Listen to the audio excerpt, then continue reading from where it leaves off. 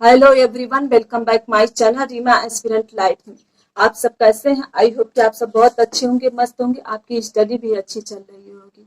जैसे कि आज का वीडियो बहुत खास है। जैसे कि बहुत लोगों का क्वेश्चन मतलब एक ही आ रहा था कि एग्जाम डेट में क्यों देरी हो रही है और एग्जाम डेट न आने की वजह से बहुत दुखी हैं और समझ में नहीं आ रहा कि क्या करें।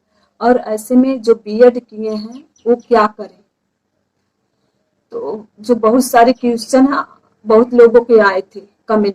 तो ऐसे में इन्हीं सब सवालों का जवाब मैं आज इस वीडियो में दूंगी। जैसे कि टीजीटी पीजीटी एग्जाम के लिए नए आयोग का गठन हुआ, इस वजह से जो व्यवस्थाओं में देरी हुई है, जो सिस्टम व्यवस्था थी उसमें इस वजह से देरी हुई।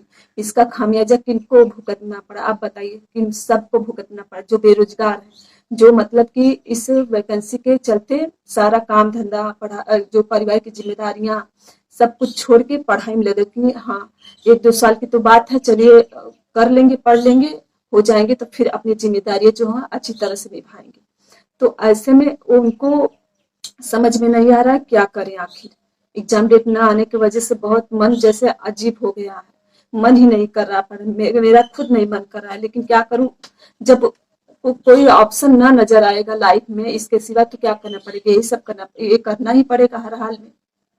चलिए हो सकता है देरी ही लगे, लेकिन आएगी तो डेट कभी न कभी आएगी। लेकिन अपनी स्टडी मत छोड़िए। स्टडी छोड़ देंगे तो समझ लीजिएगा कि आप कुछ कर ही नहीं पाएंगे इस एग्जाम में। अगर जहाँ छोड़े इस सब पढ़ना, वहां समझ लीजिए आप फिर से आपको जीरो से स्टार्ट करना पड़ेगा इस एग्जाम के लिए। जैसे कि टीजीटी पीजीटी एग्जाम में कितने सीट है? 4,539 सीट है। तो इसमें टीजीटी के लिए मैं बता रही हूँ कि टीजीटी में 4,539 सीट है, और इस सीट में अगर सब्जेक्ट वाइज अलग करेंगे तो और भी कम हो जाएगा। तो जैसे होम साइंस हम लोगों का सब्जेक्ट, होम साइंस में जैसे कि अगर आप सीट वाइज देख लीजिए तो बहुत ही कम सीट है, और मुझे याद नहीं आ रहा। जैसे कि मैं जैसे ही फॉर्म डालने गई देखी बालिका वर्ग में कुछ सीट ही नहीं है, 10-15 सीट थी, इससे ज्यादा नहीं थी। इतनी सीट थी जैसे लग रहा कि इससे ज्यादा होगी, लेकिन उस वजह से मैं उसमें डाली नहीं। और बालक वर्ग में सीट थी कुछ, इस वजह से मैं उसमें डाली हूँ। तो यही देख के बहुत सारे लोग बालक वर्ग में ही डाले होंगे और कुछ उसमें भी डाले होंगे। तो आप सोचिए, एक सीट पर 245 बच्चे फाइट कर रहे हैं। तो ऐसे में आप बताइए कंपटीशन कितना तगड़ा है। अगर 245 बच्चे, अगर समझ लीजिए 245 बच्चे कंपटीशन में है शामिल एक सीट पर, तो आप सोच लिए अगर उसमें से 100 बच्चे नहीं पढ़ रहे हैं, एकदम नहीं पढ़ रहे हैं, और उसमें से 150 बच्चे अपनी पढ़ाई पर लगे हैं, तो आप बताइए उसमें से किसका होगा? एक सीट बनाने के लिए आपको कितनी मेहनत करनी पड़ेगी। तो आप लोगों को ये लगता है कि हम लोगों की तैयारी हो चुकी है, चलिए एग्जाम बस आ जाए, जितना जल्दी हो सके आ जाए। लेकिन आप ये नहीं देख रहे हैं कि इसमें कंपटीशन कितना है। आप कर पाएंगे? जैसे कि मैं खुद कर, अगर एग्जाम हॉल में जैसे आप बैठ जाएंगे, अगर जैसे कॉपियां आती है, जो कॉपियां आती है एग्जाम की, जैसे देखते हैं अगर आपकी तैयारी रही होगी, आप 100% कॉन्फिडेंट रहेंगे कि हाँ मैं कर लूंगी या कर लूंगा। जैसे कि कॉपियां आएगी वैसे आपको पता चलेगा कि हाँ हम कितने तैयारी किए हैं। तो उसी हिसाब से आपको इतनी अच्छी तैयारी करनी है कि एग्जाम पेपर जैसे ही आपको मिले तो आपको इतना लगे कि हाँ मैं कर लूंगा, आप अंदर से अच्छा फील करें। और रही बात पीजीटी की, तो जैसे पीजीटी में 625 कितनी सीट है, ऐसे ही कोई सीट है, तो उसमें एक एक सीट पर 745 लोग फाइट कर रहे हैं। आप बताइए इजी है? इसको टारगेट आप लोगों को इजी लग रहा है? इजी नहीं है। आप लोग जितना इजी समझ रहे हैं कि हम लोग निकालेंगे, तो उतना इजी है नहीं। अब रही बात जैसे कि एग्जाम में इतनी देरी क्यों? जैसे कि आयोग का गठन, तो जो सदस्यों का गठन हो ही नहीं पा रहा है, तो कहाँ से आयोग गठन कर मतलब एग्जाम करवाएगा? अभी आयोग मतलब अधिकारी से आप पूछेंगे, कोई पूछ लेगा कि एग्जाम में इतनी देरी क्यों हो, कोई सही जवाब नहीं दे पाएंगे, क्योंकि कोई सक्षम अधिकारी नियुक्त हुए ही नहीं कि जो इसका जवाब दे पाए। हाँ, पता नहीं एग्जाम करवाना भी चाहते हैं कि या बहाने पे बहाना कर रहे हैं कि आयोग का गठन है। पता नहीं आयोग का गठन कहाँ से इंसान लगता है पैदा करने लग गए हैं, वो पैदा हो ही नहीं रहे हैं। तो अब रही बात बीएड वाले, बीएड वाले क्या करें ऐसे?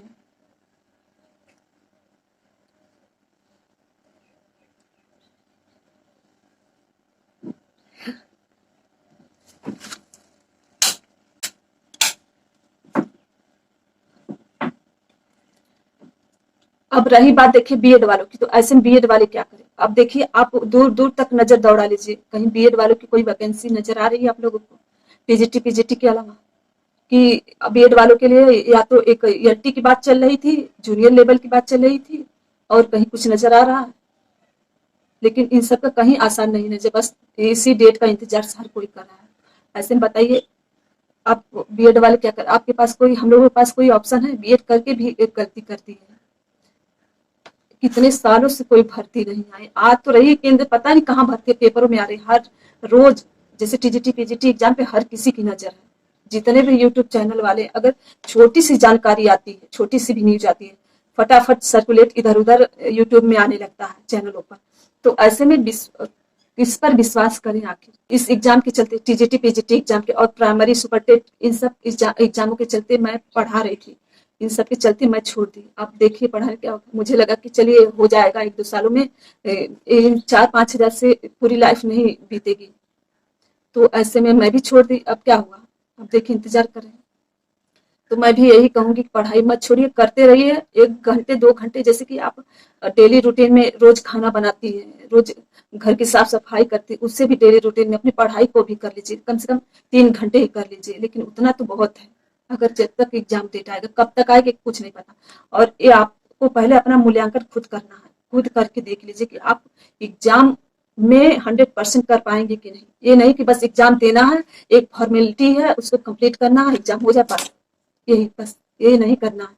अगर आप पढ़ना, अपनी पहचान बनाए, जैसे कि हर कोई चाहता है अपनी पहचान बनाना, मैं भी चाहती हूँ, मैं भी चाहती हूँ, मैं तो आप लोगों से मेरी स्थिति, जो स्थिति है और भी खराब है, आप लोग समझ रहे होंगे कि ठीक है, लेकिन मैं देखिए कभी कभी मन में आता है कि अगर नहीं जॉब मिली, मैं कभी कभी मन में आएगा, दिमाग में चलता रहता है, जो हमारा माइंड कभी नहीं है, 2-4 दिनों के बाद जरूर सोचने लगता है, जैसे सोचती हूँ कि क्या मैं कर पाऊँ, अरे नौकरी नहीं मिलेगी तो क्या करूंगी, एक तो शादी नहीं करनी है, अगर शादी नहीं करनी है तो कुछ तो लाइफ, मतलब लाइफ जिंदगी में करने के लिए, लाइफ बिताने के लिए कुछ तो करना पड़ेगा।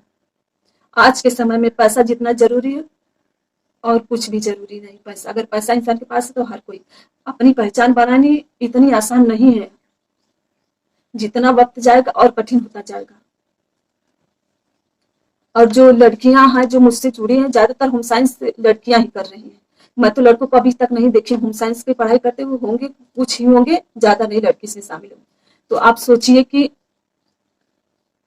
आप क्या चाहती हैं, आपका मन क्या कहता है, आप पहले बताइए, पढ़ाई छोड़ के अच्छा करेंगे?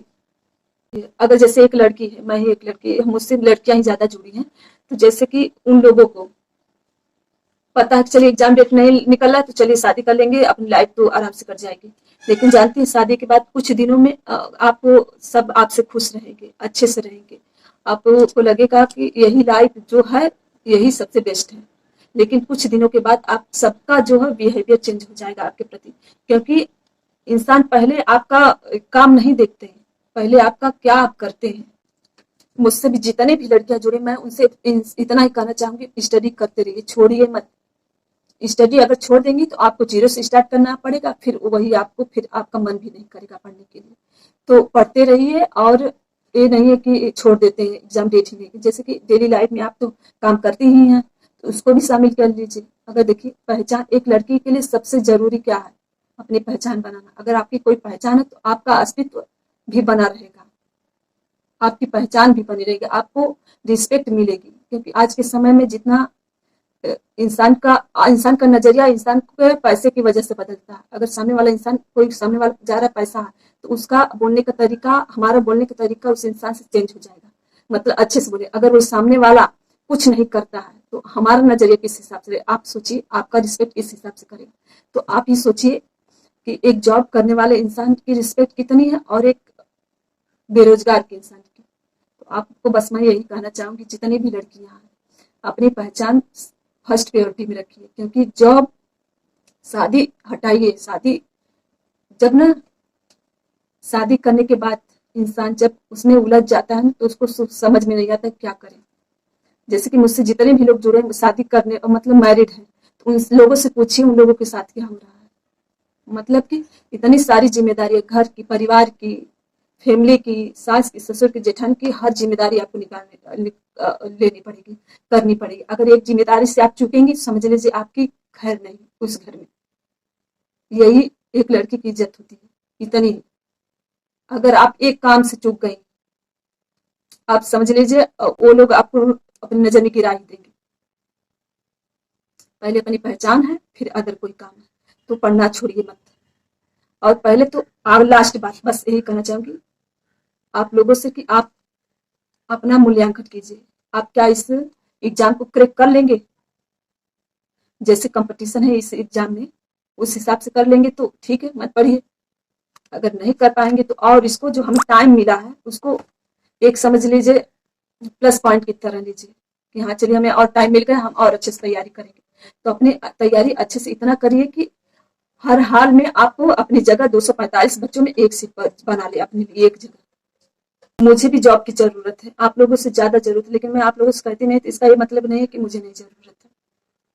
कभी कभी मन लगता है जाऊं कुछ काम करूं, जिससे कि मुझसे मैं अपना जो है खर्च खुद निकाल पाऊँ। अपनी जिम्मेदारी जो खुद की है, जो चीजें हैं, वो जो बुक्स है स्टडी के लिए और जरूरी चीजें, वो सब मैं खुद हैंडल करूँ, मतलब खुद ले लूँ, किसी के भरोसे न रहूँ, किसी के आगे हाथ न फैलाऊं। लेकिन क्या करूँ, इस एग्जाम की सोचती हूँ अगले महीने निकल गया तो क्या होगा, अगले महीने ऐसे ही करते करते इतना दिन हो गया, 2 से 3 साल हो गया स्टडी छोड़े, मुझे स्कूल पढ़ाए। तो चलिए तब अपना ब्लॉग यहीं बंद करते हैं, क्योंकि बहुत बड़ा हो जाएगा ये वीडियो। अब फैसला जो है आप लोगों के हाथ में, आपको लोगों को क्या करना है।